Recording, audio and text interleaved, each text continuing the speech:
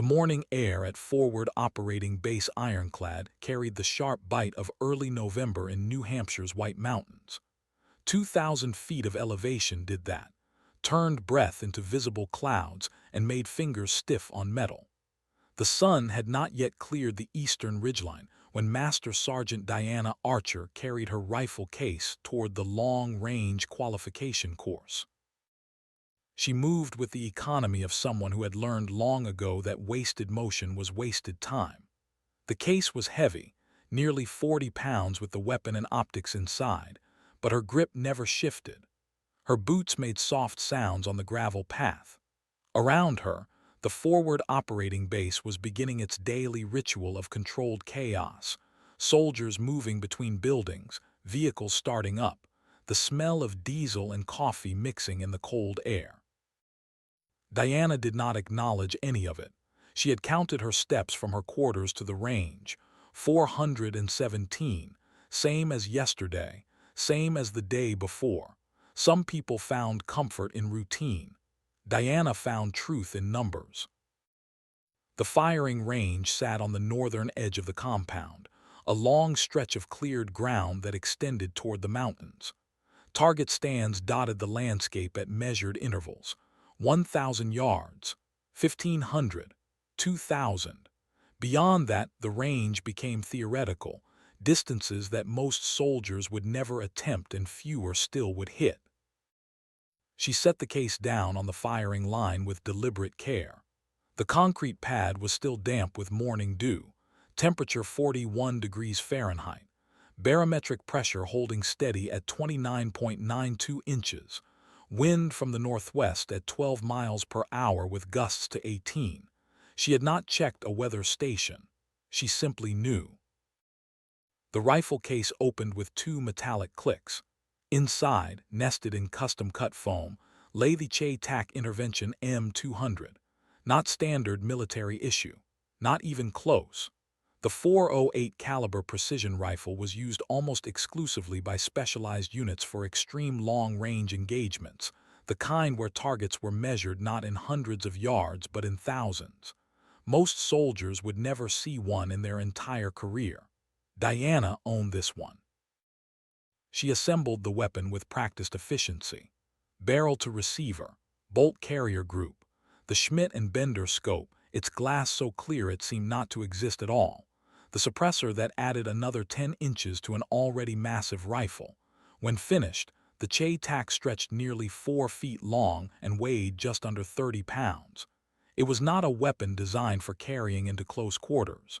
It was designed for killing at distances where most rifles became useless. Diana settled into position behind the rifle. Her body knew the angles without conscious thought. Left leg straight, right leg cocked for stability, elbows positioned to create a stable platform, cheek weld consistent and repeatable. She had done this so many times that muscle memory had replaced deliberate action.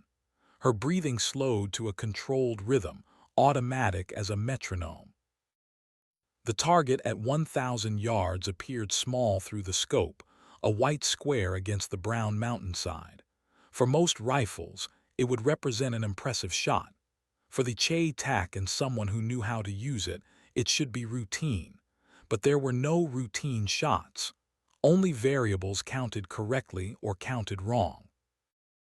She made her calculations. Wind 14 miles per hour, gusting to 18. Temperature 41. Altitude 2,100 feet. Bullet drop at 1,000 yards would be 287 inches, nearly 24 feet. The .408 Che-Tak round would leave the barrel at just under 3,000 feet per second and remain supersonic past 2,000 yards, but even it could not defeat physics. Gravity would pull it down. Wind would push it sideways. The very rotation of the Earth would affect its path at extreme distances. Diana's fingers moved across the scope's turrets, making adjustments measured in quarter minutes of angle. Each click represented a tiny change, but at 1,000 yards, tiny became significant. She counted the clicks, always counting. Her finger touched the trigger. 3.2 pounds of pressure required. She knew this without testing, knew it the same way she knew the wind speed, the temperature, the exact distance to every object in her field of view. Some people called it talent. Diana called it mathematics. The Che-Tak roared. Even with the suppressor, the report was substantial, a deep boom that echoed off the mountainside. The rifle's recoil was impressive despite sophisticated mitigation systems and 30 pounds of weight, but Diana rode it smoothly, her body absorbing the impact without breaking position. Through the scope, she tracked the bullet's path. At 1,000 yards, even supersonic rounds took over a second to reach target. She counted to herself. 1001. The splash appeared, dead center. She did not celebrate, did not smile, simply chambered another round with a smooth motion of the bolt and settled back into position. The second shot followed 10 seconds later.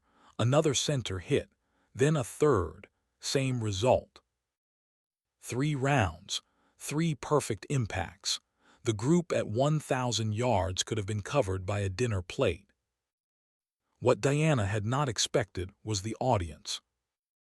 Captain Ethan Briggs stood 50 yards behind her with a spotting scope, his eye pressed to the optic as he confirmed what he was seeing. Next to him, arms crossed and expression unreadable, stood Brigadier General Samuel Cross.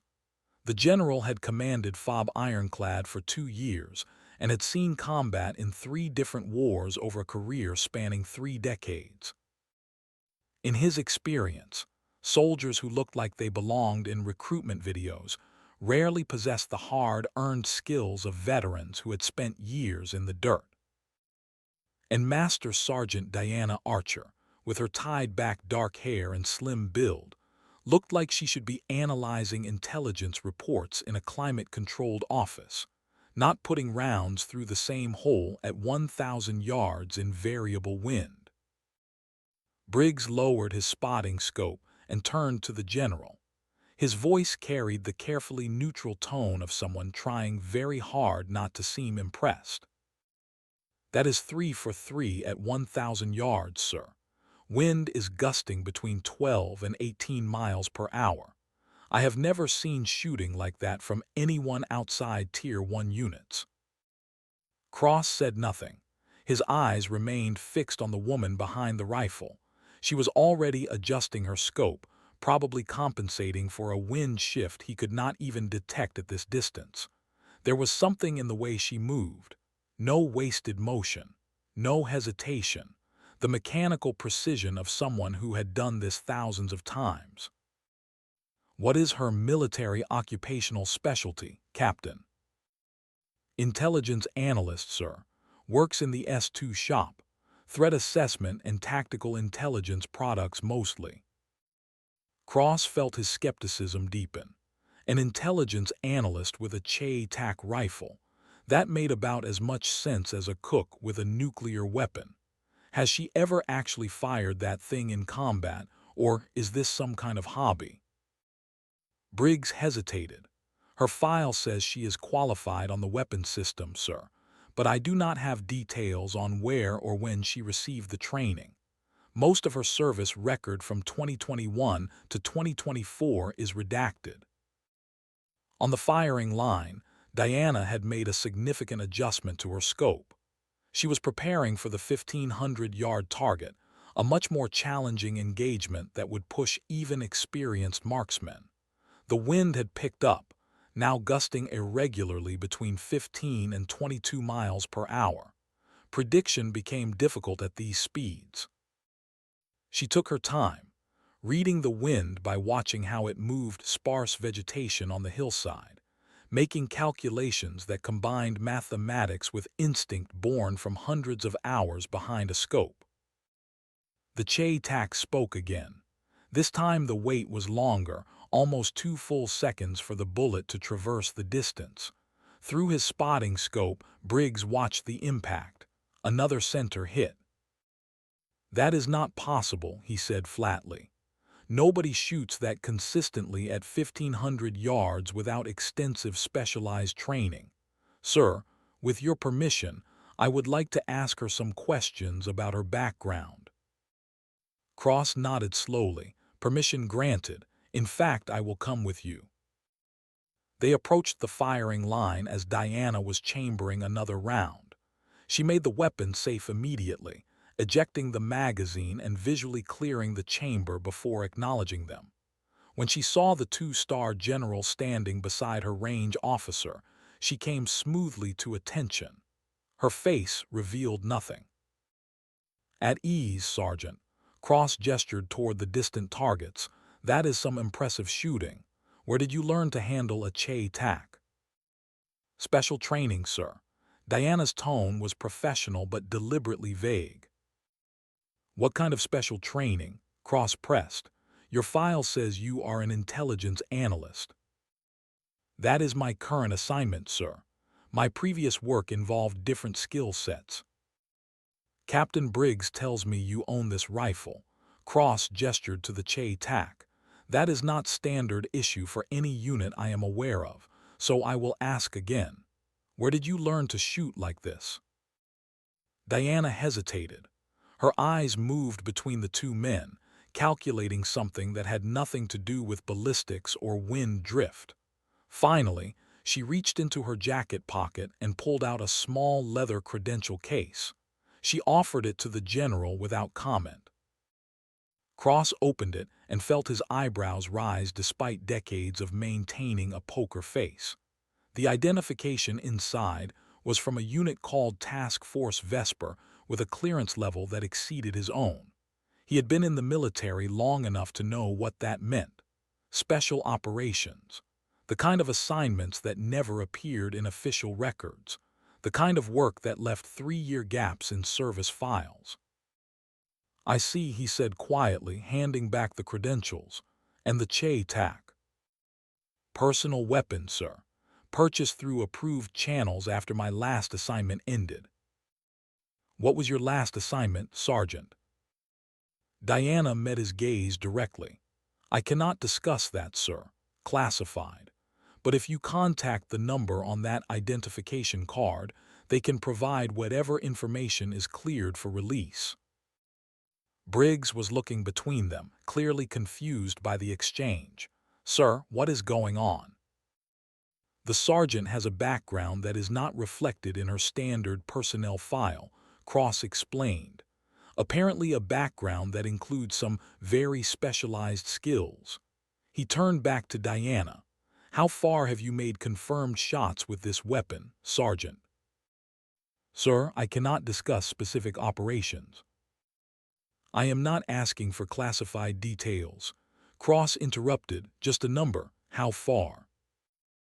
Diana was quiet for a long moment. Then, in a voice so calm it seemed disconnected from the words, she said, I have never fired at a human being, sir. The range fell silent. Even the wind seemed to pause. Cross studied her face, looking for deception. Found none. You just put 3 rounds in a 10-inch circle at 1,000 yards and another dead center at 1,500, and you are telling me you have never shot at a person. That is correct, sir. Then what exactly did Task Force Vesper train you to do? Diana's expression did not change, but something shifted behind her eyes. Something that might have been pain or might have been memory or might have been both. They trained me to count, sir. Count what? Everything. Before Cross could respond, the radio on Briggs's belt crackled to life. The voice was tight with urgency. TOC to range officer. Emergency traffic. How copy? Briggs keyed the radio immediately. Range officer copies. Send it. We have hostile contact approximately 15 kilometers north of our position. Multiple armed personnel moving on the civilian settlement at Grid November Sierra 476283. Estimate 20 to 30 hostiles. Request immediate sniper support for precision engagement. All available marksmen report to TOC immediately. Briggs looked at Cross, who nodded once. Acknowledge we are en route. Then to Diana, Sergeant, you heard the call, grab your gear. Sir, with respect, Diana said, Though her hands were already breaking down the Che tack with practiced efficiency, I am an intelligence analyst. I am not on the active sniper roster. You are now, Cross said flatly. If you can shoot like you just demonstrated, people are about to die unless someone can put effective fire on that assault force. That is not a request, Sergeant. That is an order. Diana's hands paused for just a fraction of a second, then continued packing the rifle with mechanical precision. Yes, sir. 10 minutes later, she was in the Tactical Operations Center. The space hummed with controlled tension, radio traffic, satellite feeds being pulled up on multiple screens, officers coordinating the response to troops in contact. Diana stood with her Che tack case and equipment pack, her face showing nothing as she processed the chaos around her. A lieutenant colonel approached carrying a tablet with overhead imagery. His eyes took in Diana's slight build and the intelligence analyst insignia on her uniform. The skepticism was immediate and barely concealed. You are the sniper. I am a qualified marksman, sir, Diana confirmed. What is the situation? The lieutenant colonel pulled up imagery on a large display screen. We have a civilian settlement here. Population approximately 80 people. Our latest intelligence indicates a hostile force of at least 25 armed individuals moving on the location from the northwest. Their intent is unclear, but we have to assume worst-case scenario. Rules of engagement are weapons free on confirmed hostile forces. Minimize civilian casualties. Diana studied the imagery with the same focused intensity she had brought to the rifle range. The settlement was a small cluster of buildings in a mountain valley. The terrain was typical of rural New Hampshire, dense forest giving way to cleared areas around habitation, multiple approaches, limited escape routes for civilians. What support do I have? She asked. We are spinning up a quick reaction force, but they are 20 minutes out. You are our immediate action. We need someone who can put precision fire on that hostile element before they reach the settlement. From where? Diana zoomed in on the terrain, her mind already calculating angles and distances. The lieutenant colonel indicated a ridgeline. Only position with clear lines of fire into the valley is here, which puts you at approximately 3,200 meters from the settlement. The room went quiet, 3,200 meters, nearly 2 miles. Nobody made combat shots at that distance, not in real operations, not when lives hung in the balance. Diana's finger traced the topographic lines on the screen. Wind conditions. Variable, 15 to 20 miles per hour, gusting higher in the valley. Temperature. 40 degrees at base elevation, probably 35 at your firing position. Time to target. Hostile force is 11 minutes from the settlement at current rate of movement. Diana did not hesitate. I can make that shot, but I need good intelligence on hostile positions, exact target locations, and real-time updates. I will also need a spotter. As if summoned by the word, a man stepped forward from the group of officers. Chief Warrant Officer Lucas Kane, 44 years old with weathered features and eyes that had seen things most people only read about in classified reports. He met Diana's gaze with something that might have been recognition. I will spot for you, Sergeant Archer. Diana's expression flickered for just a moment. Something passed between them, some shared history that the others in the room could not read. Chief Kane is one of our most experienced spotters, the lieutenant colonel said. He has worked with Tier 1 units. Cross stepped forward. Sergeant Archer, I do not know your full story, and I am starting to realize I probably do not want to know, but civilians are counting on you. Can you make this shot? Diana looked at the map one more time, counted distances, calculated wind drift and bullet drop, and all the variables that turned a 2-mile shot from theoretical to possible. Then she looked at Cross with absolute certainty. "Sir, I have made harder calculations." She paused. "But every shot is different. I will do everything in my power to keep those people safe." "That is all any soldier can do," Cross acknowledged. "Good hunting, Sergeant." The helicopter insertion was fast and brutal. The pilot flew nap of the earth, using terrain to mask their approach. Diana sat in the cargo bay with Kane beside her and Major Rachel Torres, the air liaison officer who would coordinate communications. The Che-Tak case was secured between her knees. Outside the open door, the landscape rushed past in a blur of trees and rock. Kane's voice came over the intercom, cutting through the rotor noise.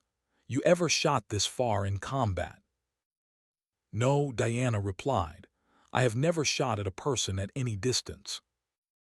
Kane's head turned toward her, but his face was hidden behind his helmet visor. "Then this is one hell of a first time." The helicopter flared over the ridgeline, hovering just long enough for the three of them to fast rope out before immediately departing. Diana hit the ground and moved immediately to the designated position, a rocky outcrop that provided both concealment and a clear line of sight toward the target valley below. Through breaks in the trees, she could see the settlement in the distance, small buildings that looked like toys at this range. Torres was already establishing communications, sniper in position, setting up for engagement, standby for firing solution. Diana unpacked the Che-Tak with the same methodical precision she brought to everything.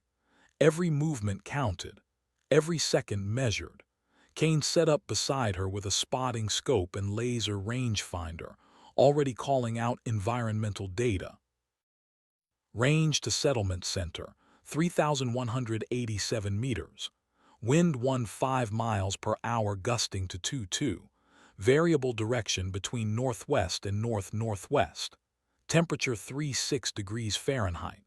Air pressure 29.87 and falling. Diana was already working the calculations. At this range, she had to account for everything: wind, temperature, humidity, altitude. Even the Coriolis effect from the Earth's rotation would push the bullet several feet off course.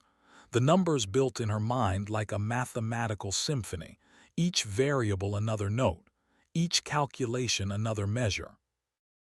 Through her scope, she studied the valley.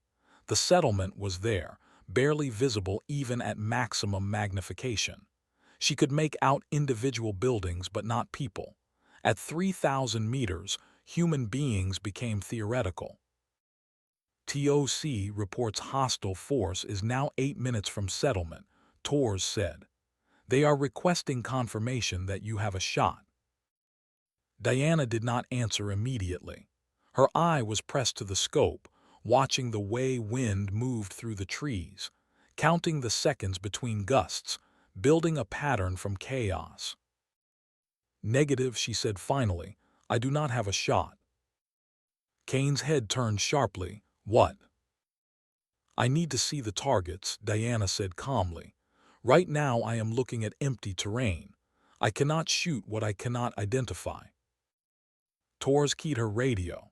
"TOC, sniper reports she needs positive identification on hostile positions before engagement."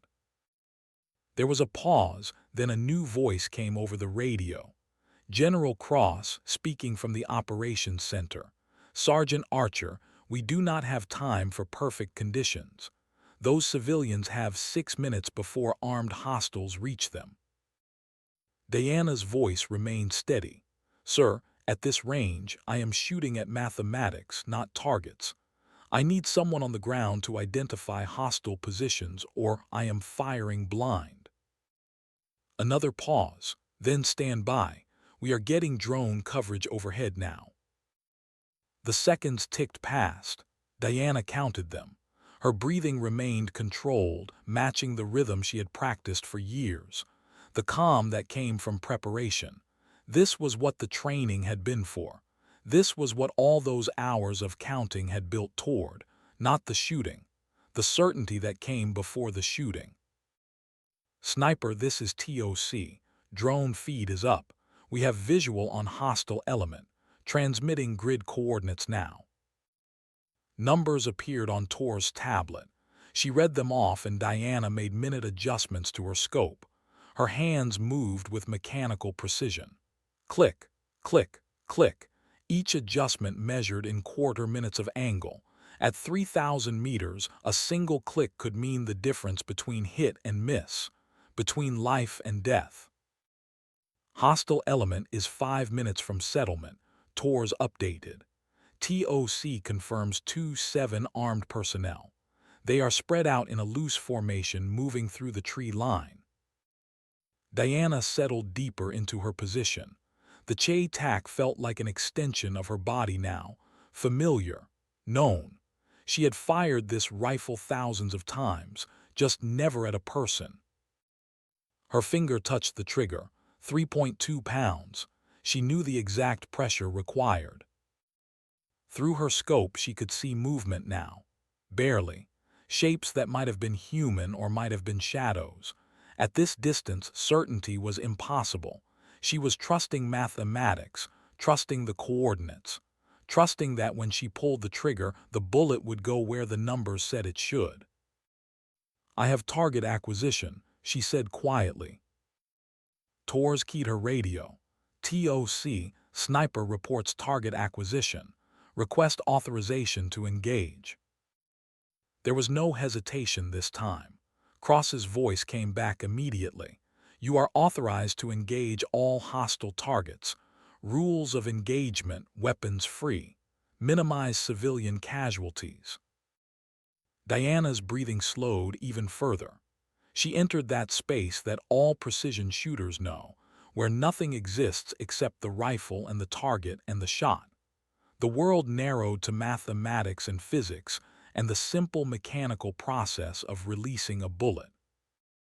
But something made her hesitate, some voice in her mind that had been counting for longer than she cared to remember, counting days, counting decisions, counting all the things that could not be uncounted once done. Kane sensed it. His voice was quiet in her ear. "Archer, talk to me." "I have never killed anyone," she said. Her eye never left the scope. "I know." "How do you know?" "Because I read your real file, the one that is not redacted." Kane's voice carried weight. "I know what Vesper trained you to do, and I know what you have been running from." Diana's finger rested on the trigger, not pulling, not releasing, just touching. 3 minutes, Tors said. "Hostiles are closing." "Those civilians," Kane said quietly, "they are counting on you, not on what you were, not on what you are afraid of becoming. On you, right now, this moment." Diana closed her eyes, took one breath, two, counted the seconds, opened her eyes. Her finger took up the trigger slack. The Che-tac roared. The massive .408 caliber round left the barrel at 3,000 feet per second, beginning its long arc toward a target nearly 2 miles away. Diana rode the recoil smoothly, keeping her eye to the scope. At this range, the bullet would be in flight for almost 4 full seconds, an eternity in combat. She counted 1, 2, 3, 4. "Hit," Kane called, watching through his spotting scope.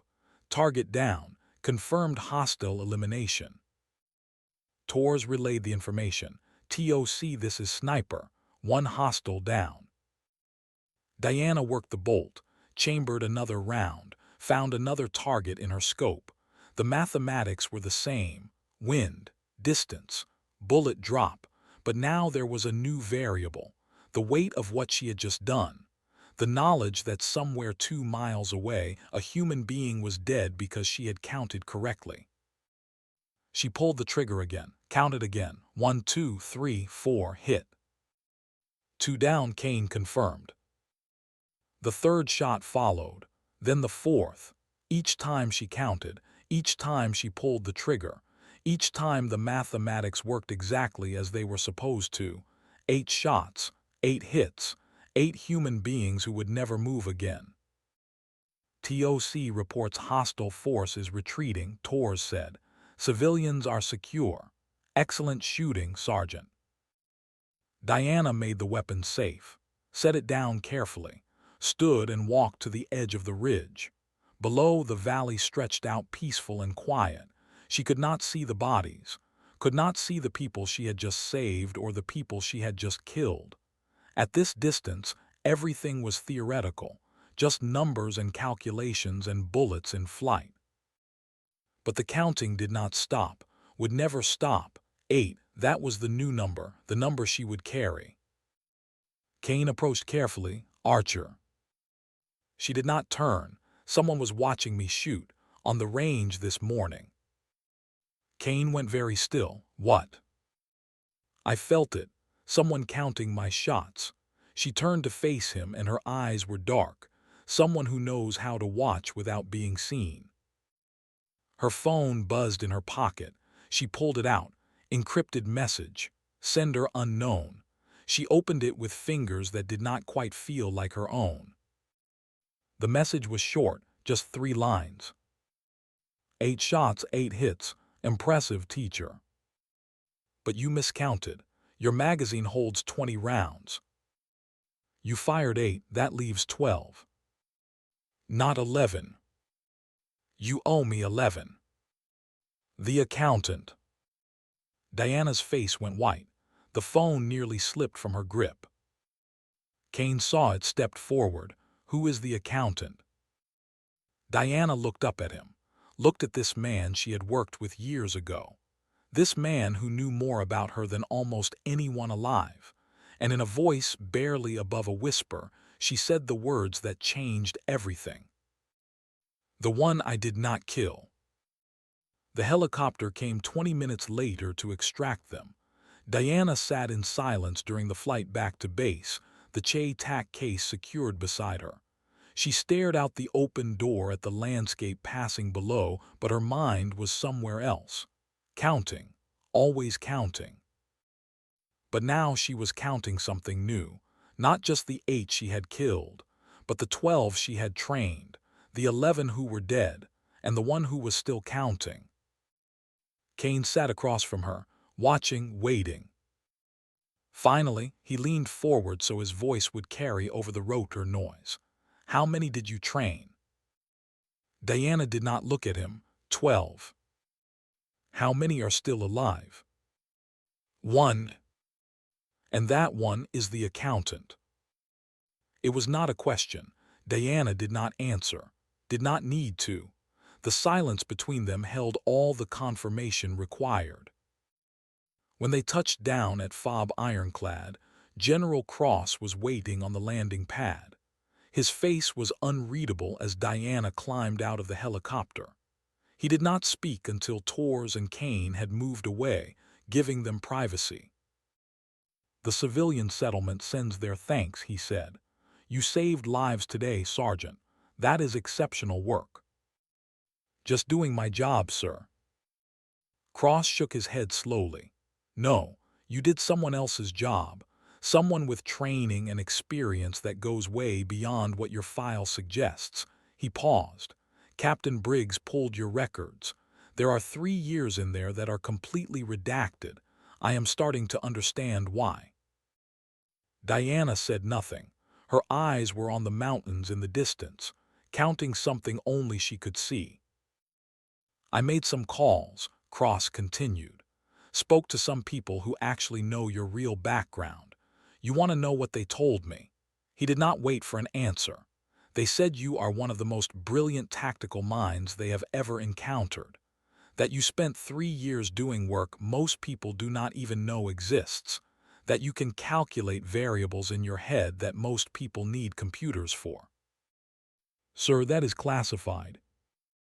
I know it is classified, Cross said, and I do not need the details. What I need to understand is why someone with your capabilities is sitting in an S2 shop analyzing intelligence reports instead of doing what you are clearly trained to do. Diana was quiet for a long moment. When she spoke, her voice was distant. "Sir, I did that work for 3 years. Every calculation, every decision, every number, they all stay with you. I wanted to contribute in a different way. Use my mind for analysis instead of engagement. I thought I could leave that part of my life behind." But you cannot, Cross observed. Can you? Because when the call came, when people needed you, you picked up that rifle without hesitation. You made shots that saved lives. Diana turned to face him finally. "No, sir, I cannot leave it behind. I thought I could, but today proved otherwise." Cross nodded slowly. "Sergeant Archer, I am not going to order you back into your previous role. That is not my decision to make. But I am going to make a recommendation to your chain of command that your capabilities be reconsidered for active utilization. Because the Army needs soldiers like you. Soldiers who can do what nobody else can when it matters most." "I understand, sir." "For what it is worth," Cross added, "I think you made the right call today. You could have said no, could have claimed you were not qualified, could have let someone else try to make those shots, but you did not. You stepped up when people needed you. That is what soldiers do." Diana looked down at her hands. The phone with its message still clutched tight. "Sir," she said quietly, "how do you stop counting?" Cross studied her for a moment. Then he said something that surprised them both. "You do not. You just learn to count different things." He walked away, leaving Diana alone on the landing pad with her rifle case and her thoughts and the new number that had joined all the others she carried. 8. The bodies she had counted today. The first bodies. But the message on her phone suggested they would not be the last. Because somewhere out there someone else was counting, someone who knew her, someone who called himself the accountant, someone who said she owed him 11. And Diana Archer, who had spent her entire adult life counting everything, suddenly realized the count had just begun. She picked up her rifle case and walked toward her quarters. Behind her, the sun was setting over the mountains, painting the sky in shades of red and gold. Beautiful, peaceful, the kind of evening that should have brought calm. But all Diana could do was count. Not just the 8 she had killed today. Not just the 12 she had trained years ago. But the one who was still out there, still counting, still waiting to collect a debt she did not fully understand. 11. The number hung in her mind like a weight. Tomorrow she would have to face what it meant. Tomorrow she would have to confront the past she thought she had left behind. Tomorrow the count would continue. But tonight, in the gathering darkness, Diana Archer sat on the edge of her bunk and opened her notebook. The one she kept hidden in her footlocker. The one with 12 names written in careful handwriting. 11 of those names had dates beside them, death dates. One name remained blank. And now she knew why. The accountant was not just a threat. He was a reckoning, a count coming due, a mathematics that would not resolve until she faced what she had created. Diana closed the notebook, set it aside, picked up her phone and read the message one more time. "You owe me 11. 4 words that carried the weight of 3 years and 12 lives, and a program that had turned talented soldiers into weapons too sharp for their own good. She had taught them to count. Now one of them was counting her. And the mathematics suggested that, when the final count came, not everyone would survive the equation. Sleep did not come that night. Diana Archer lay in her bunk staring at the ceiling, counting the hours until dawn. 0300, 0400, 0500, time passing but bringing no answers, only questions that multiplied with each passing minute. "You owe me 11. The message had burrowed into her mind like a parasite. 4 words that dismantled 3 years of careful distance. 4 words that connected past to present in a chain she could not break. She had spent 11,206 days trying not to count what she had lost. Now someone was forcing her to count again. At 05:30 she gave up on sleep, rose from her bunk, dressed in the darkness. The phone sat on her small desk, screen dark now but the message still there, waiting. She picked it up. Read it again. The words had not changed. Your magazine holds 20 rounds. You fired 8, that leaves 12, not 11. You owe me 11. The mathematics were precise, cruelly so.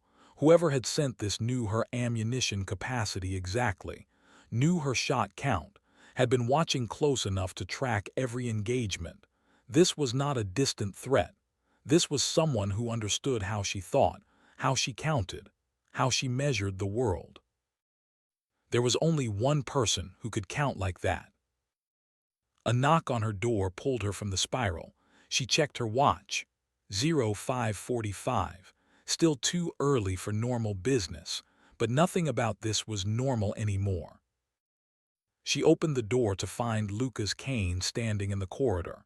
He looked worse than she felt, lines around his eyes that spoke of no sleep and too many memories.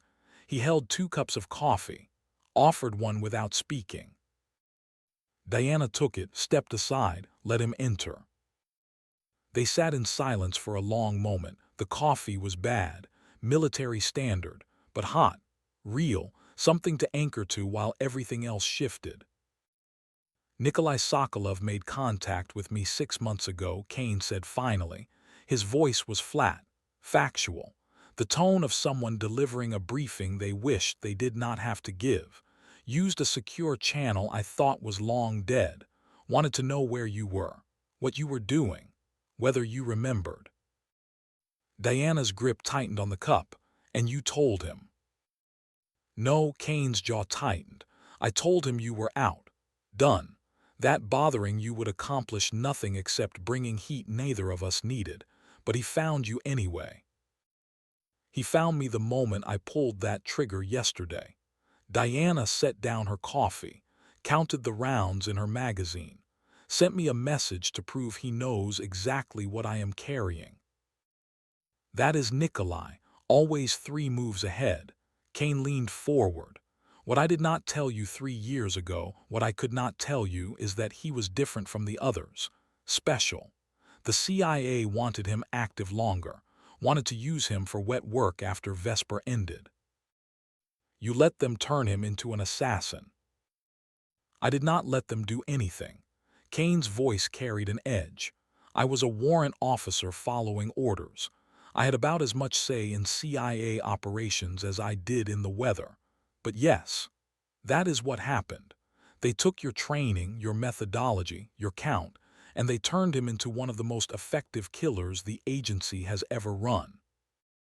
How many? 153. Kane's voice dropped.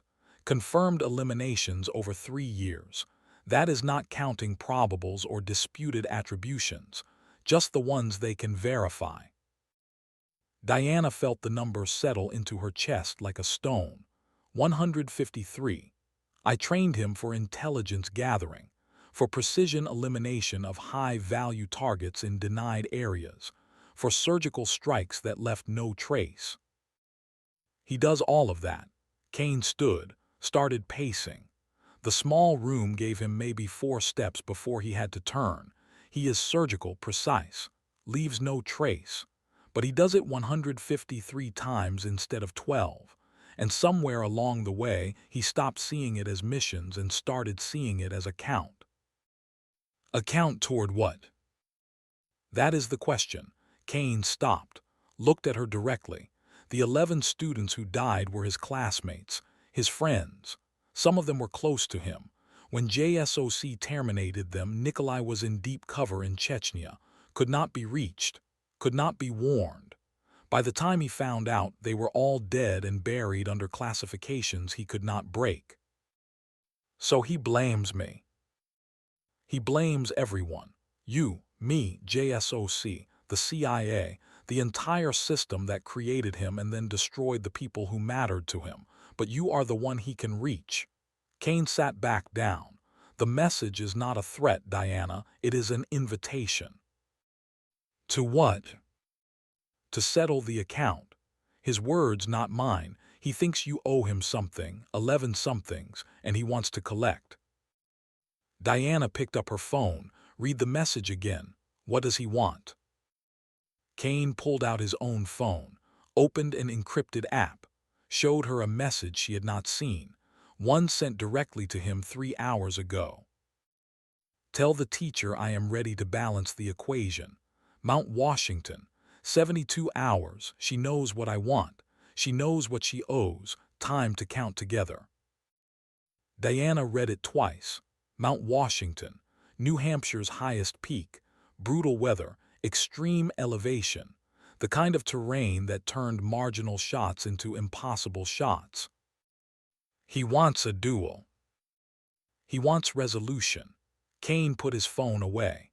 Whether that means a duel or something else, I do not know, but he has been counting toward this for 3 years. We are not going to talk him out of it. What if I refuse? Then he will keep counting, keep escalating, keep making his presence known until you have no choice. Kane's voice was quiet but firm. Diana, this is not a negotiation. Nikolai has already decided what happens next. The only question is whether you face it on your terms or his. Diana stood, walked to her footlocker, pulled out the notebook, the one with 12 names, opened it to the page she had been avoiding for 3 years. 11 names with death dates. 1 name with nothing but a question mark. She showed it to Kane. Is this him? Kane looked at the name, at the question mark that had haunted them both. Yes, that is Nikolai Sokolov, born 1994, Spetsnaz trained, recruited by CIA in 2021, entered Vesper program 2022, your best student. My worst mistake. Maybe Kane closed the notebook gently, or maybe he is the only one who survived long enough to ask the right questions. What questions?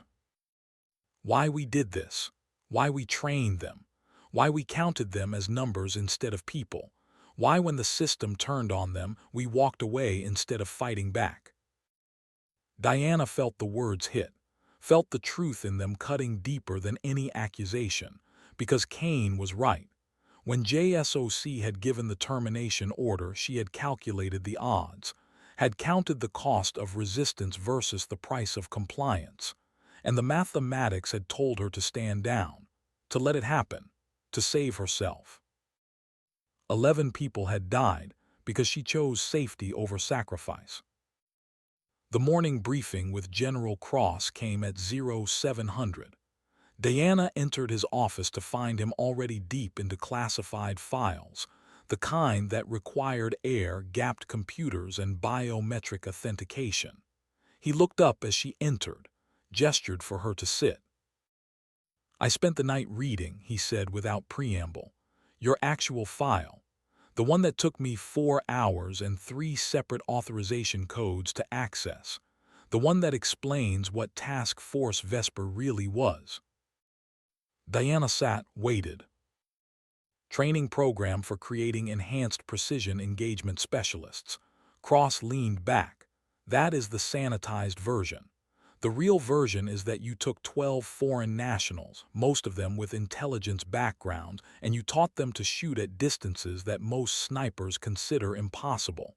You taught them mathematics, environmental compensation, psychological conditioning. You created weapons. That was the mission, sir. And then 11 of them were executed and the program was burned. Cross's eyes were hard.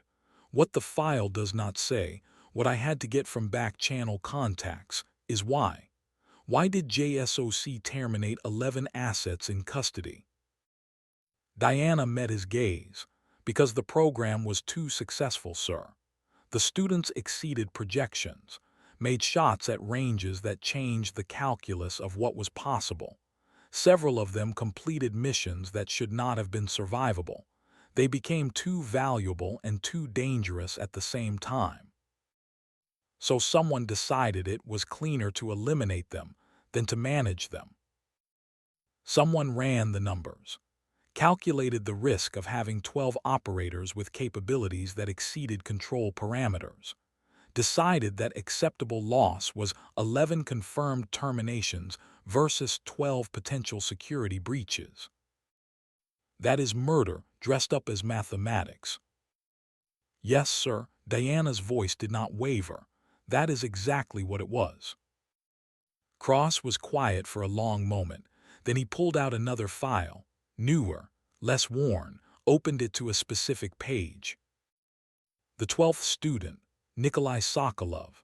The file says he was in denied territory when the termination order came down. Too deep to extract, too valuable to burn, so they left him active. They did more than that. Diana's voice carried an edge now. They used him, turned him into exactly what we trained him to be, a precision instrument for killing at extreme range. Except instead of 12 carefully selected missions, they gave him 153.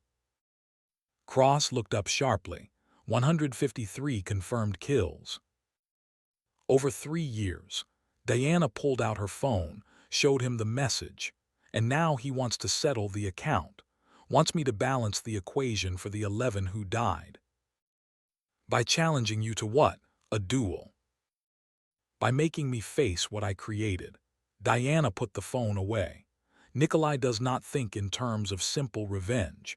He thinks in mathematics, equations that need to balance, counts that need to resolve. He wants me to prove that the system that killed his friends still has meaning, that the numbers we taught him to trust are not just tools for murder. And if you cannot prove that, then the count ends with both of us dead and nothing resolved. Cross stood, walked to the window. Outside, the morning sun was breaking over the mountains, beautiful, indifferent, the world turning regardless of human mathematics. I cannot stop this, he said finally. The politics are too complex, the clearances too high. JSOC would burn me before they let this become public. All I can do is make sure you have support when it happens. Diana stood as well. I appreciate that, sir, but this is not a sanctioned operation. This is personal, between teacher and student, between someone who taught counting and someone who learned too well. Which is why I am assigning Chief Kane as your spotter and Major Torres as your communications officer. Cross turned to face her. Official cover is advanced training exercise, extreme range qualification. If anyone asks, you are testing new equipment at altitude. And if it goes wrong, then it was a training accident. Cross's expression was grim. I will do everything I can to protect you, Sergeant. But if this becomes a political problem, I will not be able to save you from the consequences. I understand, sir. There is one more thing. Cross returned to his desk, pulled out a final document. After action report from Nikolai Sokolov's last confirmed mission, 3 months ago. Target was a Chechen warlord operating out of a compound in the Caucasus Mountains. Range was 4,600 meters. Diana's blood went cold. 4,600 meters, that number, that impossible distance. He made the shot. Cross continued. Confirmed kill, single round, perfect conditions. The kind of engagement that gets written into history books, except the history books say it was you. What? The 4,600-meter shot. The one that made your reputation in certain circles. The record engagement that proved Vesper methodologies worked. Cross closed the file. It was never yours. It was Nikolai's. JSOC attributed it to you because having a successful American operator made better optics than admitting a Russian asset just set a world record.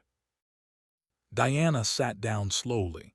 Everything she had been credited with, everything that had defined her classified reputation.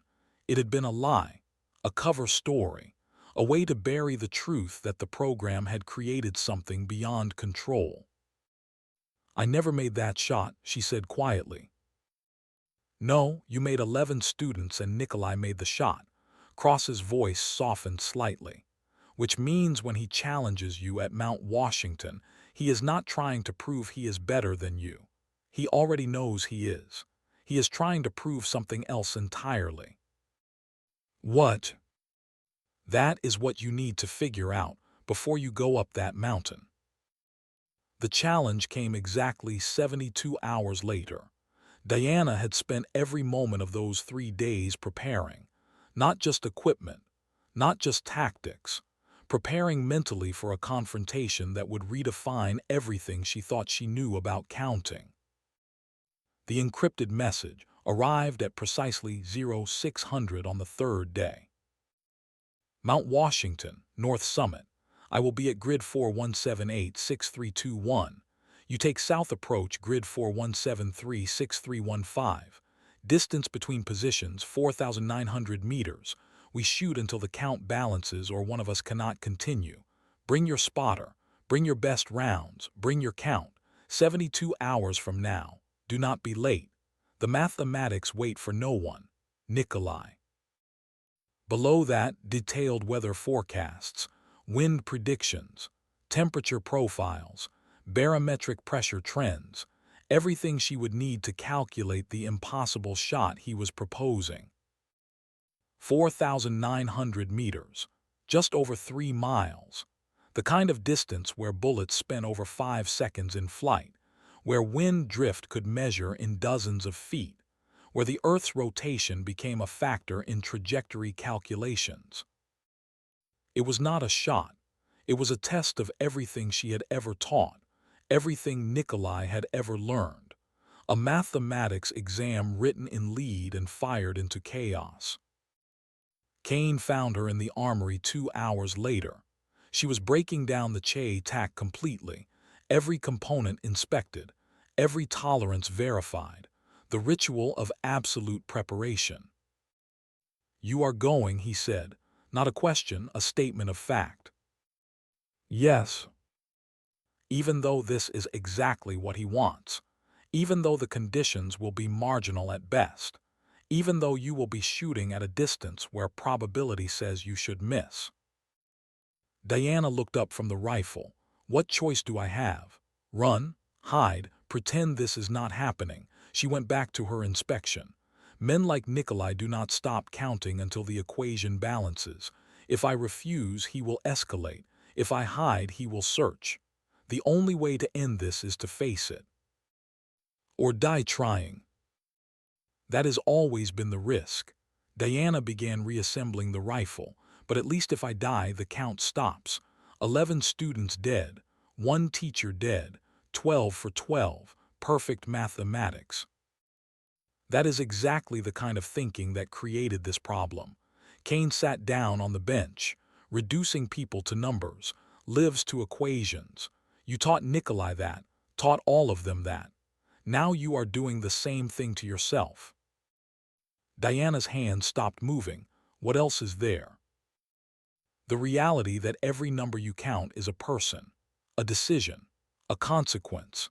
Kane's voice was quiet but firm. 11 students are dead and you carry that.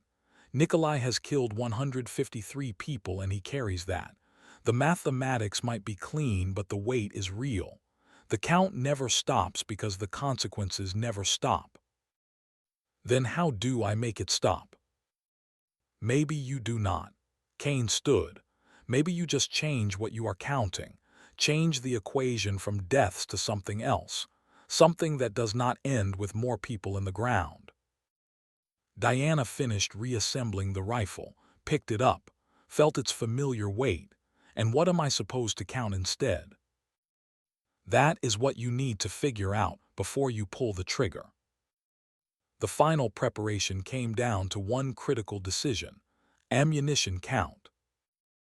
Diana stood in the armory staring at her ammunition case. 20 rounds of .408 Che tack, match grade, hand-loaded to her exact specifications, each round capable of reaching out nearly 3 miles in the right conditions. She had fired 8 rounds on the mission. That left 12. But 12 was not the right number. 12 was what she had by default, not what she needed by design. She counted them out carefully, removed 5 rounds, set them aside. That left 15. Kane watched from the doorway. 15, not 12, not 20. Why 15? Diana closed the ammunition case. Because Nikolai will bring 21.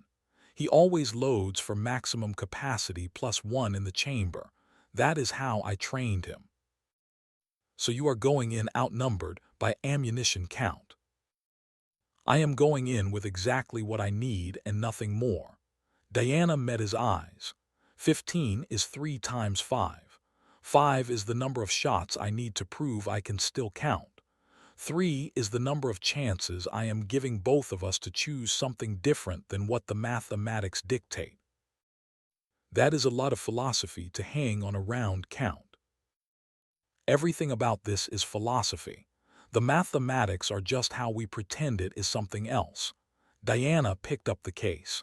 I am done pretending that numbers do not have meaning. 15 rounds, 15 chances. 15 opportunities to prove that what we built can be used for something better than what it has been.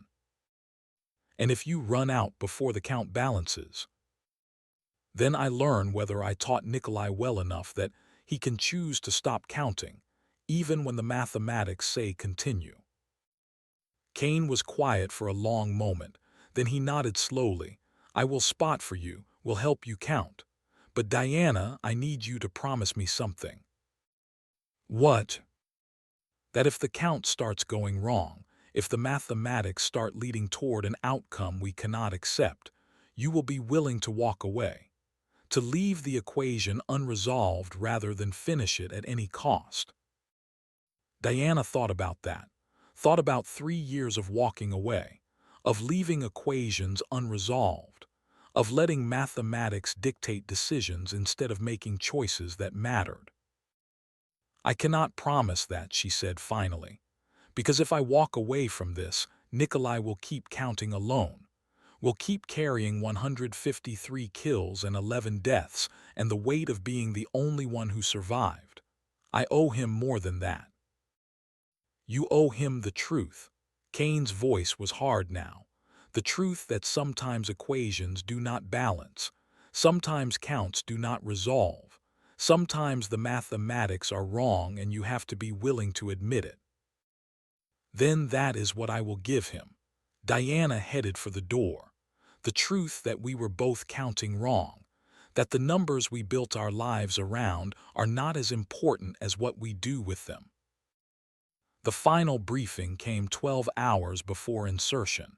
Major Tours had the weather data, the logistics, the communication protocols, everything that would keep them connected to the world while they counted their way through an impossible engagement. Conditions are terrible, Tours said bluntly.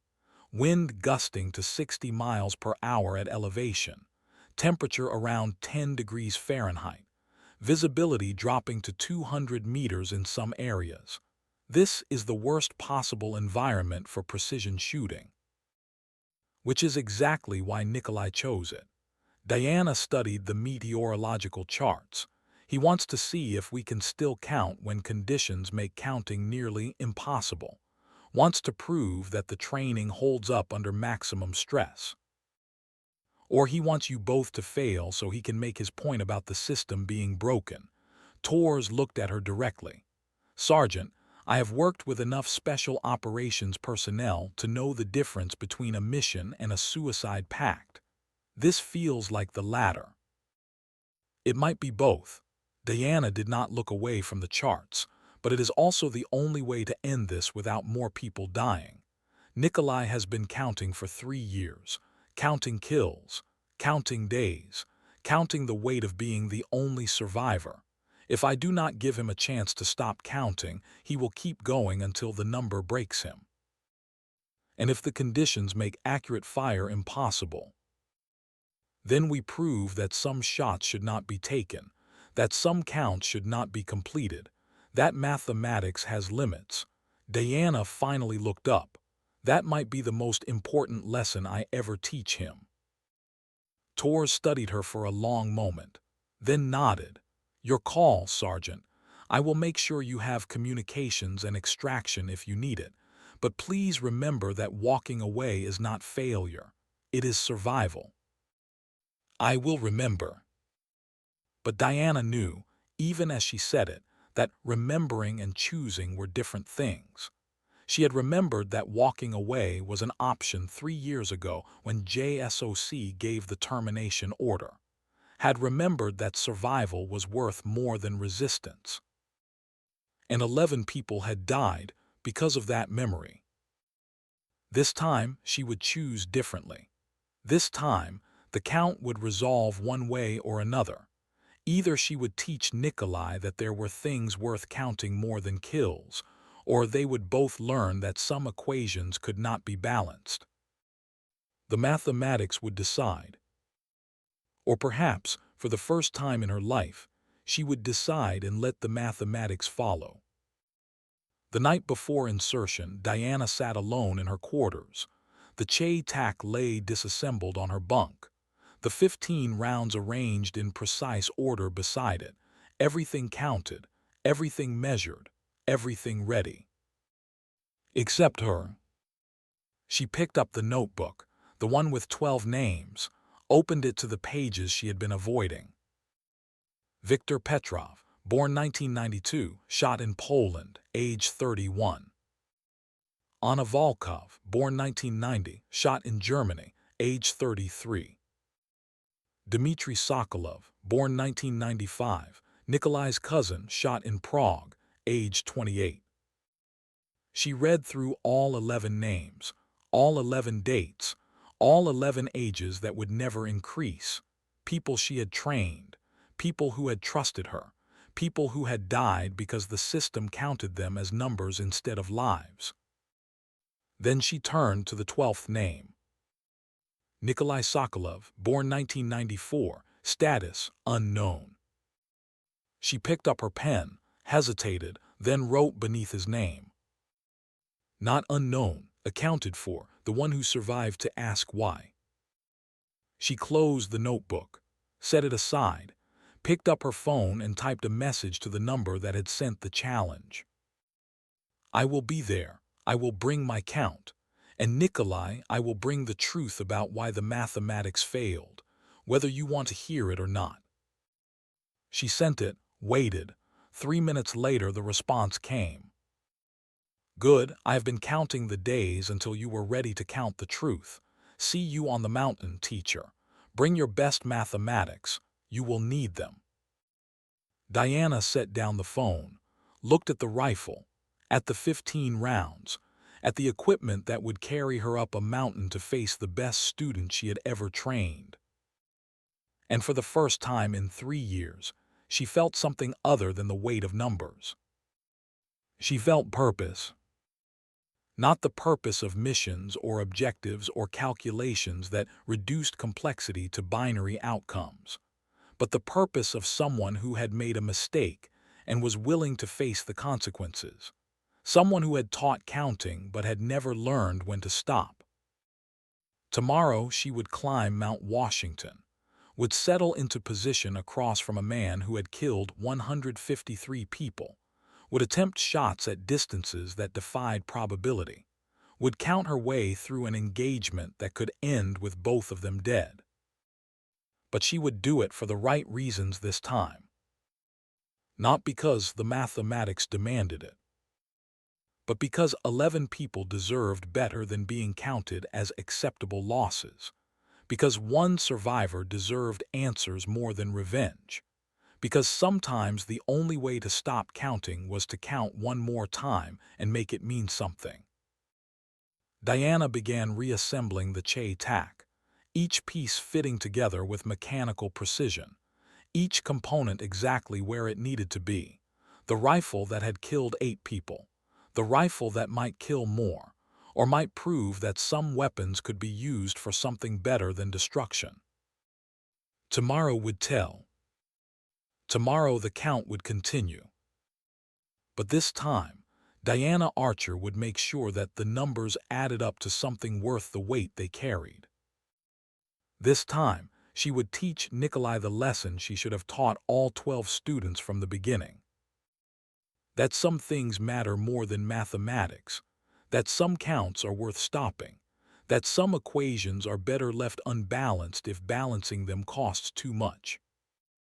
She finished assembly, loaded the 15 rounds into magazines, packed her gear, prepared for insertion, and counted. Not heartbeats or wind speed or bullet drop, but chances, moments, opportunities to choose differently than the mathematics dictated.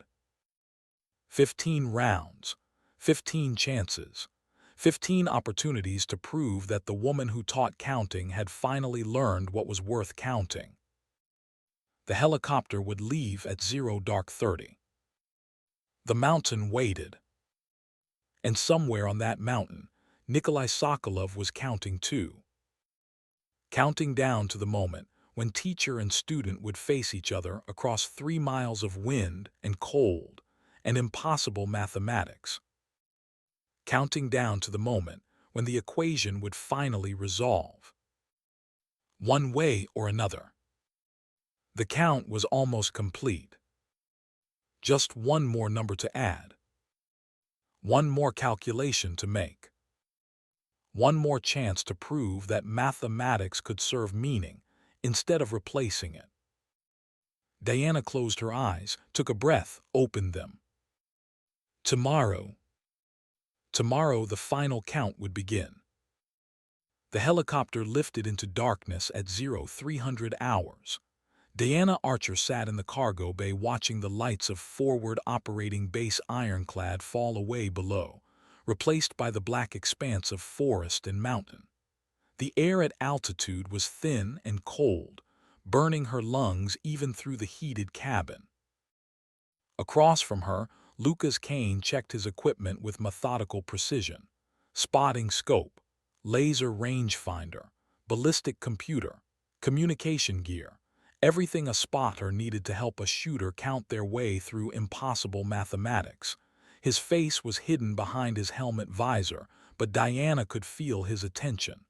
The weight of what they were about to attempt hanging between them like a physical thing.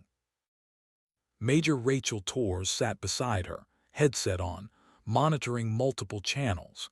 She had spent the past 12 hours coordinating with command, establishing communication protocols, ensuring that someone would know what happened on Mount Washington regardless of how it ended.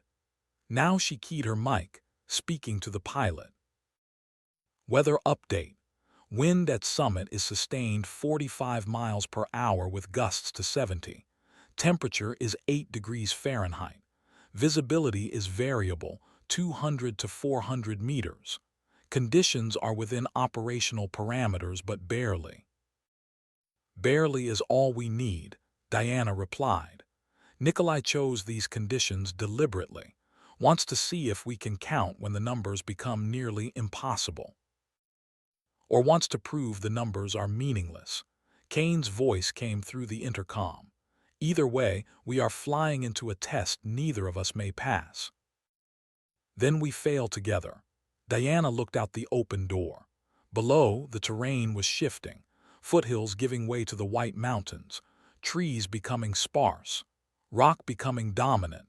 They were climbing toward the highest point in the northeastern United States, 6,288 feet of stone and ice and wind that cared nothing for human calculations. The pilot's voice cut through. I can get you within 1 mile of your position. After that, you are on foot. Weather window is 6 hours. After that, visibility goes to 0 and you are stuck until conditions improve. Copy 6-hour window, Torres confirmed. We will be ready for extraction. Diana said nothing, because she knew that 6 hours was both too much time and not enough. Too much time to sit in the cold counting every reason this was a mistake. Not enough time to resolve 3 years of equations that refused to balance. The helicopter descended toward a relatively flat area of rock and snow. Diana and Kane fast roped down, their equipment packs heavy with gear. The moment they touched ground, the cold became real, not the manageable chill of the compound. The kind of cold that made fingers go numb in minutes, that turned breath into ice on clothing, that killed if you did not respect it. Tor's voice came through their radios. "You are 1.2 kilometers from your position. Nikolai's last known location is 4.9 kilometers northeast. Wind is gusting. Move carefully." They moved through the darkness in silence. Every step counted, every breath measured. The terrain was brutal, loose rock hidden under snow, ice patches appearing without warning, wind hitting hard enough to require bracing against sudden gusts. But Diana counted through it, counted steps, counted breaths, counted the temperature dropping as they climbed higher, counted everything except what waited at the end of the climb. 70 minutes later, they reached the position, a ridge of rock that provided some shelter from the wind and a clear line of sight to the northeast. Kane immediately began setting up his spotting scope while Diana unpacked the Che-tac. Her fingers were numb despite heavy gloves. The rifle felt foreign in her hands, too cold, too heavy, too much like a promise she was not certain she could keep. Tors came through on the radio. "You are in position. I have satellite coverage of the area. Nikolai's position is confirmed at grid 4178-6321. Distance from your location is 4,892 meters." "Close enough to his estimate," Kane observed. "He is exactly where he said he would be." Diana settled behind the rifle, brought the scope to her eye. The world narrowed to a circle of magnified distance. She found the area where Nikolai should be, saw nothing but rock and snow, too much distance, too much atmosphere, too much mountain between them. But he was there. She knew it with the certainty of mathematics, knew he was counting the same variables, making the same calculations, preparing for the same moment. Her radio crackled. A voice she had not heard in 3 years filled her ear. "Hello, teacher." Nikolai's accent was faint but present. Russian vowels softened by time but never quite erased. "I see you made it. Good. I would have been disappointed if you had chosen differently." Diana keyed her mic. "I am here." "Yes, you are, and you brought 15 rounds. I can see your pack configuration from here. I have been watching you climb for the past hour." His voice carried something that might have been approval. "You chose 15 deliberately, not 12, not 20. 15 is 3 times 5. You are thinking in 3s and 5s now. That is new mathematics for you, teacher." Diana felt a chill that had nothing to do with temperature. "You have been watching that closely." "I have been watching you for 6 months," Nikolai replied. "Watched you at the range, watched you take your first kills, watched you count 8 rounds from a magazine that holds 20, leaving 12, but you brought 15 to this mountain, which means you removed 5 rounds after the mission, changed your count deliberately. Why?" "Because 12 was the wrong number." Diana's voice was steady. "12 is how many students I trained, but 15 is how many chances I am giving us to count something different." "Interesting." There was a pause. "I brought 21. Standard load, maximum capacity, the way you taught me. Does that make my mathematics better or worse than yours?" "Neither. Different. Your count is about capability. Mine is about choice." "Then let us see whose mathematics proves correct." Nikolai's voice took on a different tone, harder, more focused. "I am ready when you are, teacher. First target, the weather station anemometer. Summit of Mount Washington. Range from your position is 4,912 meters. From mine, 4,876. We both shoot. Closest to center wins." Diana made rapid calculations. 4,912 meters. Bullet drop would be catastrophic. Over 620 feet from bore line. Wind drift at 45 miles per hour would push the round approximately 41 feet laterally. Coriolis effect at this latitude, 8.4 feet. Temperature compensation, negative zero point 0.7 minutes of angle. Air density at altitude, plus zero point 0.5 minutes of angle. The mathematics were brutal. Probability of hit under these conditions was less than 30%. Probability of hitting closer to center than an equally skilled shooter, less than 15%. It was not a fair test. It was barely a possible test. Which meant Nikolai was making a point, that in conditions where mathematics became meaningless, something else had to matter more. On your count, she said. 3, 2, 1. Diana fired, did not think, did not hesitate, let training guide her finger, let mathematics speak through the rifle. The Che-Tak roared, the sound carried away instantly by wind. She counted the flight time. 1, 2, 3, 4, 5, 5.3 seconds, an eternity, a heartbeat, a prayer fired into chaos. Impact, the anemometer shattered, pieces of plastic and metal spinning away on the wind. Hit, Kane confirmed through his scope, dead center.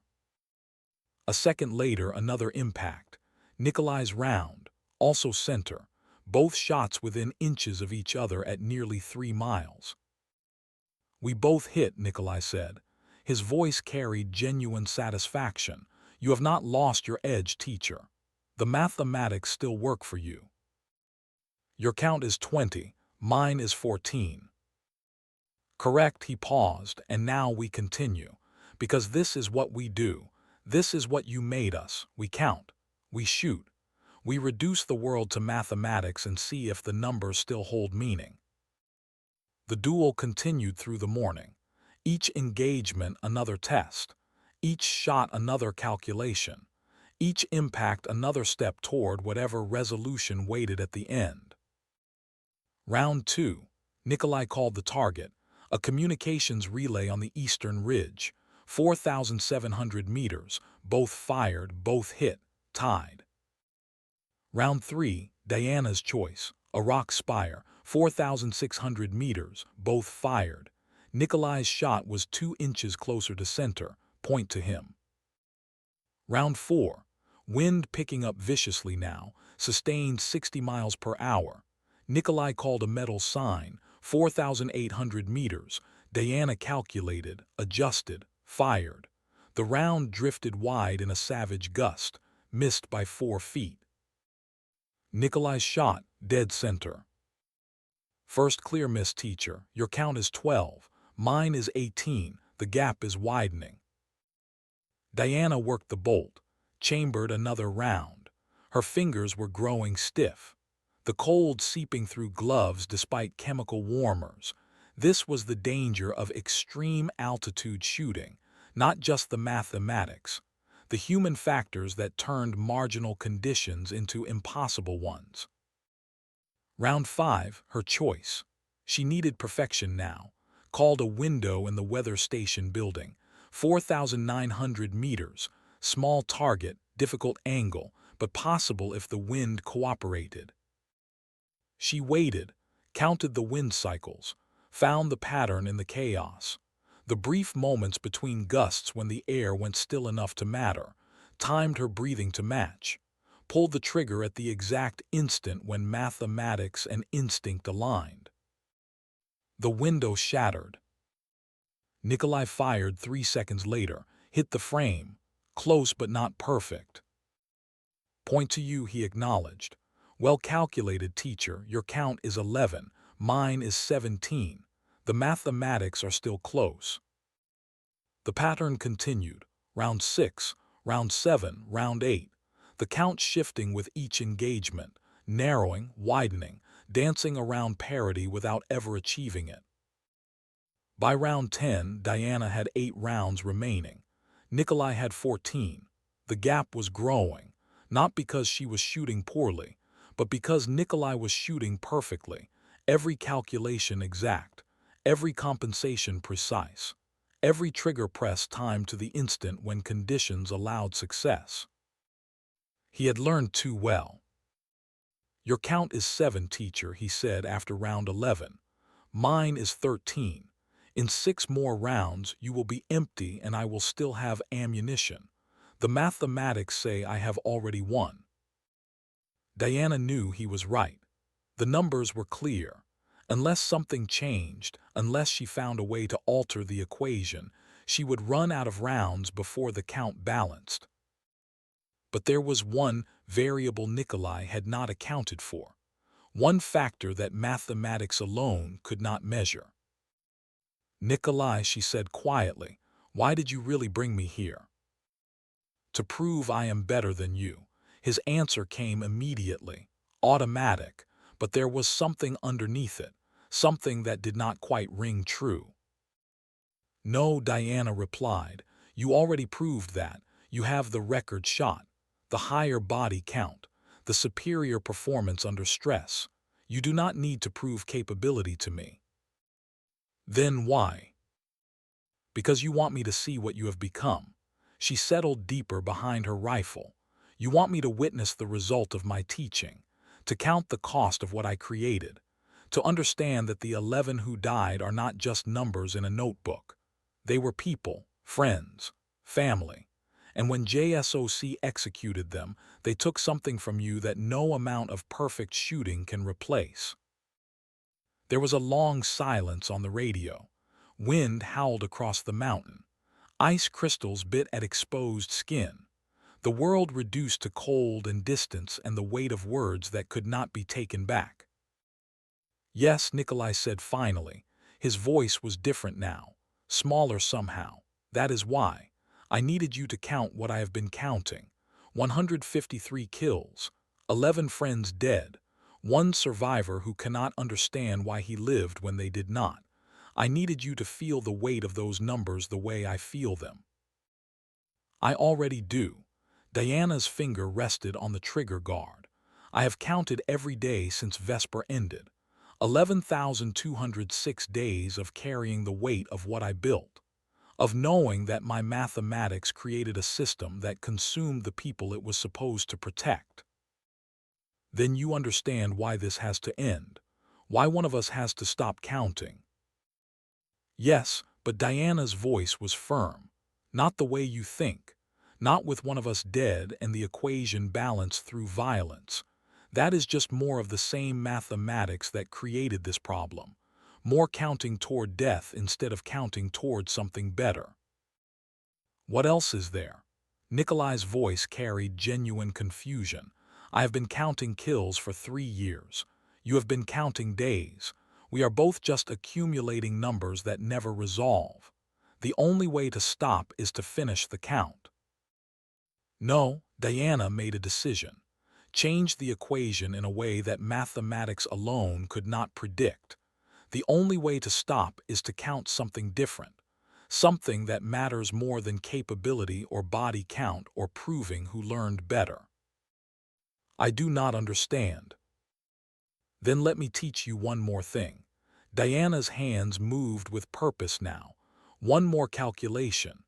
The mathematics of what happens when you stop shooting at targets and start shooting at problems." "What does that mean?" "Round 12. My choice." Diana's voice was clear despite the wind. "Target is not the weather station, not a piece of equipment. Target is your rifle. I am going to shoot your weapon out of your hands without touching you, and you are going to do the same to me." "That is impossible." Nikolai's voice carried disbelief.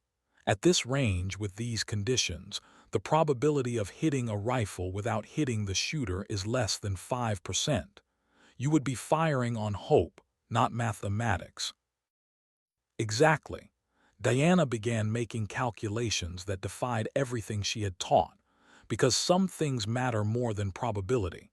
Some shots are worth taking even when the numbers say they should fail.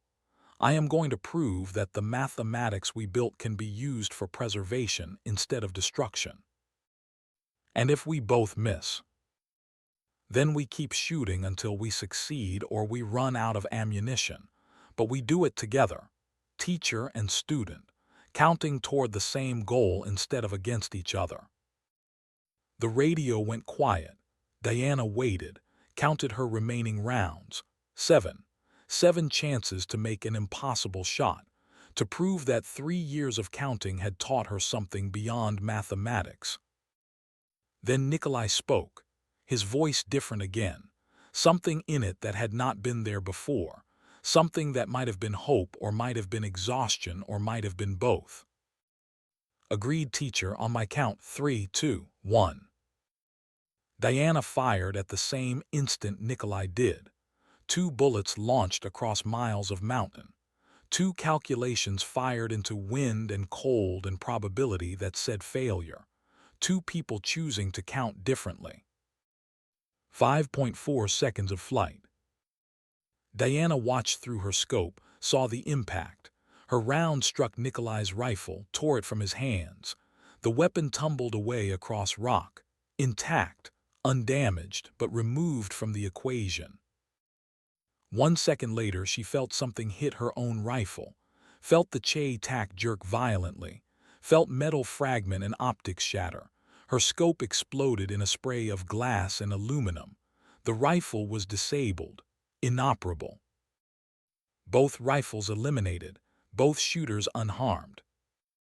We both hit, Nikolai said, laughter in his voice, real laughter, the kind she remembered from training. Teacher, we both counted perfectly. Diana lowered her damaged rifle, looked at it. The scope was destroyed. The barrel dented where Nikolai's bullet had struck, but she was alive. Nikolai was alive, and the count had changed. Yes, she said, we did. What happens now? Now we stop counting kills. Diana stood slowly, stiff from cold and position and the weight of what had just happened. We start counting something else. Days we choose differently. Chances we take to build instead of destroy. Moments when the mathematics serve meaning instead of replacing it. I have been counting deaths for so long. Nikolai's voice was quiet. I do not remember how to count anything else. Then we learned together. Diana looked toward his position, could not see him across the distance but knew he was there. We were both taught to count toward endpoints, to measure success by body counts and mission completions and perfect mathematics. Time to teach ourselves that some things are worth counting more than kills. Is that possible? I do not know. Diana began packing her damaged rifle, but the alternative is to keep counting the way we have been, and that count only ends one way. There was a long pause. Then Nikolai spoke one more time, his voice carrying something that might have been surrender or might have been relief. Day 1, he said, new count starting now. Day 1, Diana confirmed, and tomorrow will be day 2. I will see you on the other side of this mountain, teacher. See you there, Nikolai. The extraction helicopter came 90 minutes later. Diana climbed aboard with her destroyed rifle and her remaining rounds, an account that had changed in ways she was still processing. Kane sat across from her, Tors beside her, both silent, both understanding that something had shifted on the mountain, something that words could not quite capture. When they landed back at Fob Ironclad, General Cross was waiting. He took one look at Diana's rifle and raised an eyebrow. That does not look like a successful engagement, Sergeant. Diana met his eyes. No, sir, it looks like something better. Cross studied her face. Then he nodded slowly. Debrief in 1 hour. And Sergeant, whatever happened up there, I am glad you came back. Me too, sir. Diana walked to her quarters, set down her equipment, pulled out the notebook she had carried for 3 years, the one with 12 names and 11 death dates and 1 question mark that had defined everything. She looked at it for a long moment, then she turned to a fresh page. At the top she wrote 1 word. Days. Below it she wrote a number. 1. Tomorrow it would be 2, then 3, a new count, a better count, one that measured forward motion instead of accumulated weight, one that counted choices instead of casualties. She did not know if it would work, did not know if you could really change what you counted after counting the wrong things for so long, but the mathematics suggested it was possible. Variables could shift, equations could balance differently, new solutions could emerge from old problems. And Diana Archer, who had spent her entire adult life counting everything, was willing to count on that. 6 months later, she sat in an office at the Army Training Doctrine Command Facility in Virginia. Sunlight came through the window. Coffee had gone cold on her desk hours ago. Around her, papers covered every surface. Course outlines, training protocols, methodologies for teaching soldiers to think instead of just shoot.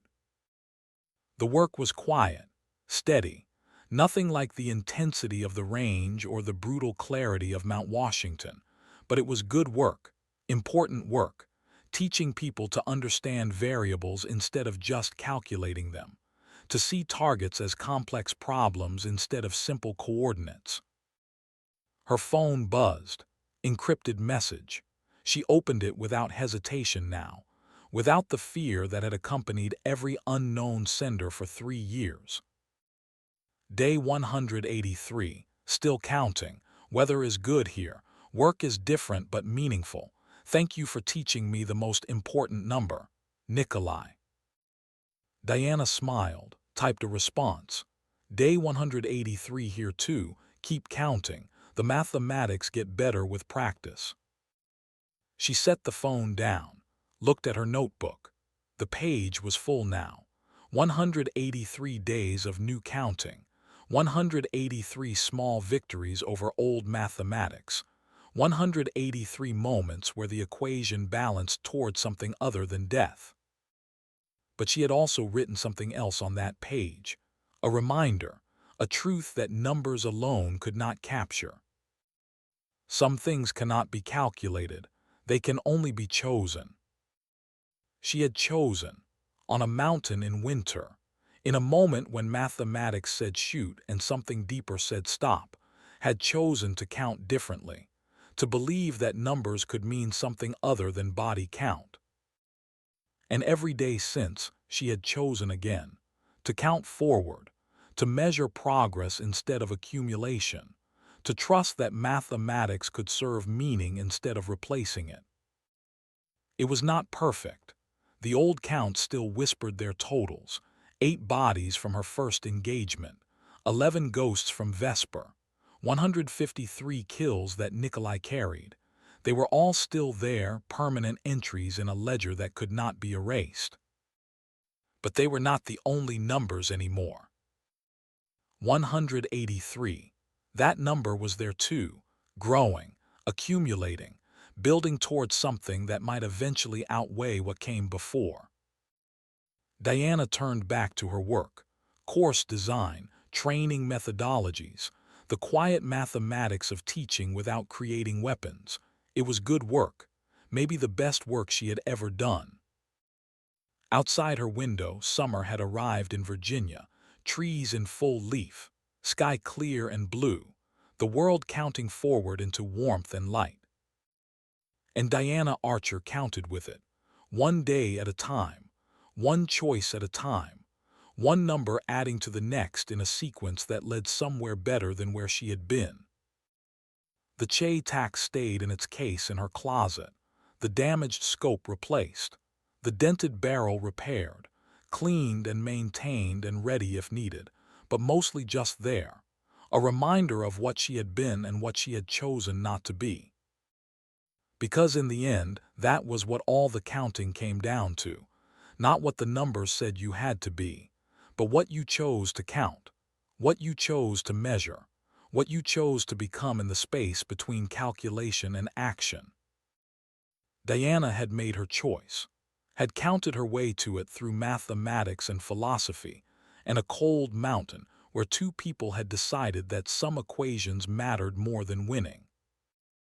Now she was counting something else, counting days and chances and moments of peace, counting students who would learn to think before they learned to shoot, counting lives that might be saved by people who understood that mathematics was about truth, not just numbers. It was a different kind of precision, a different kind of accuracy, but it was the kind that let her sleep at night, the kind that let her wake each morning and write a new number without the weight pressing down. 184, 185, 186. The count continued, would continue, because that was what she did, what she had always done, what she would always do. Diana Archer counted. But now she counted toward something worth the mathematics. Her phone buzzed again. Another message from Nikolai. She opened it expecting the usual daily check-in. Instead, she found something different. Teacher, I have a question. There is an organization here that works with veterans who struggle with what they have done. They asked if I would speak to a group, share my count, help others understand they are not alone in carrying weight.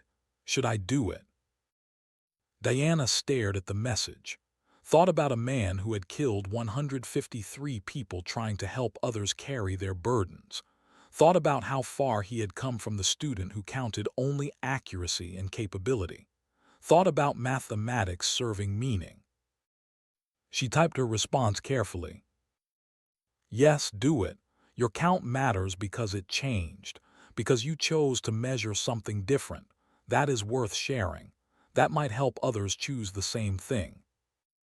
The response came quickly. Thank you, teacher.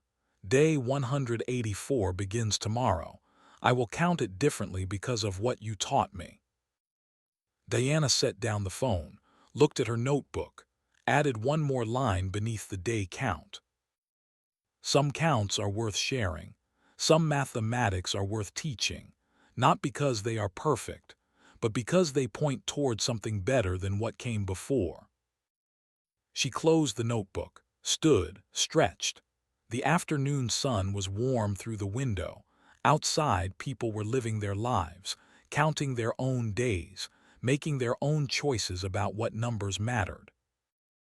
And somewhere in that world, Nikolai Sokolov was doing the same thing, counting forward, choosing meaning, building towards something that balanced against the weight he carried. They would never erase the old counts, would never make the numbers disappear. 8 kills, 11 deaths, 153 lives ended. Those would always be there, always be true, always be part of the permanent mathematics. But they would also never be the only truth, never be the complete equation, never be the final count.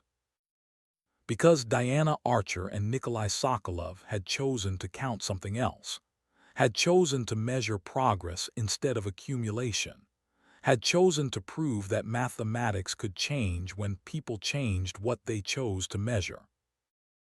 And that choice, more than any perfect shot or impossible calculation, was what mattered most.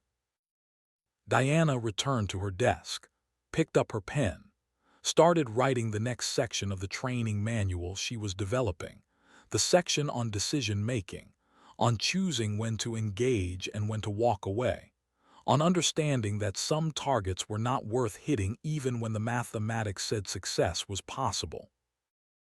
It was the hardest section to write, because it went against everything she had been trained to do, everything she had taught for 3 years, everything that military doctrine said about decisive action and completing the mission. But it was also the most important section, the one that might save lives by teaching soldiers that sometimes the best mathematics were the calculations you chose not to complete. She worked through the afternoon, through the evening, through the hours when the sun set and the office grew dark and she had to turn on lights to keep writing. And she counted, not heartbeats or wind speeds or bullet trajectories, but words, ideas, concepts that might change how people thought about counting. Because that was what she did now. She counted toward teaching, toward meaning, toward the possibility that mathematics could serve something better than maximum efficiency in killing. It was slow work, difficult work, the kind of work that produced results measured in years instead of seconds, but it was worth counting.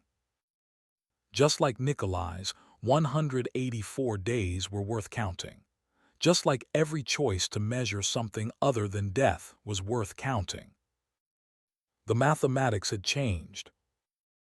And Diana Archer, the woman who counted everything, was finally counting the things that mattered most. Not because they were easy to measure, not because they produced clean numbers, not because they resolved into simple equations, but because they pointed toward a future where counting meant building instead of destroying, where mathematics served life instead of death, where the numbers added up to something worth the weight they carried. And that was a count worth continuing. One day at a time. One choice at a time. One number at a time. Until the mathematics balanced not toward an ending, but toward a beginning.